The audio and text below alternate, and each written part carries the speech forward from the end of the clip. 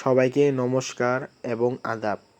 আপনারা অনেকে লোকনাথ ব্রহ্মচারীর নাম শুনেছেন, আবার অনেকে লোকনাথ ব্রহ্মচারীর মন্দিরে গিয়েছেন।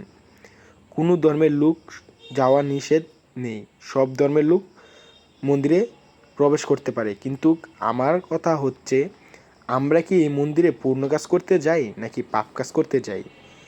অনেকেই দেখতেছেন আমার এই ভিডিওতে আগরবাতির প্যাকেটে লোকনাথ ব্রহ্মচারীর ছবি এবং সনাতন ধর্মের অনেক দেবতার ছবি আছে।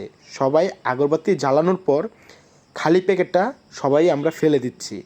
প্যাকেটের উপর সবাই খালি প্যাকেটের উপর সবাই আমরা হাঁটতেছি। আমাদের মূল উদ্দেশ্য হচ্ছে লোকনাথ ব্রহ্মচারী, আমরা সবাই ওনার ছবির উপরেই হাঁটতেছি।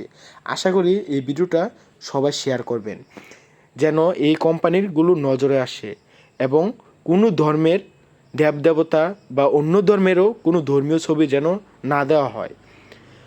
তো আমার কথার মাঝখানে যদি কোনো ভুল ত্রুটি হয়ে থাকে তাহলে আমাকে সবাই ক্ষমা দৃষ্টিতে দেখবেন। সবাইকে নমস্কার এবং আদাব।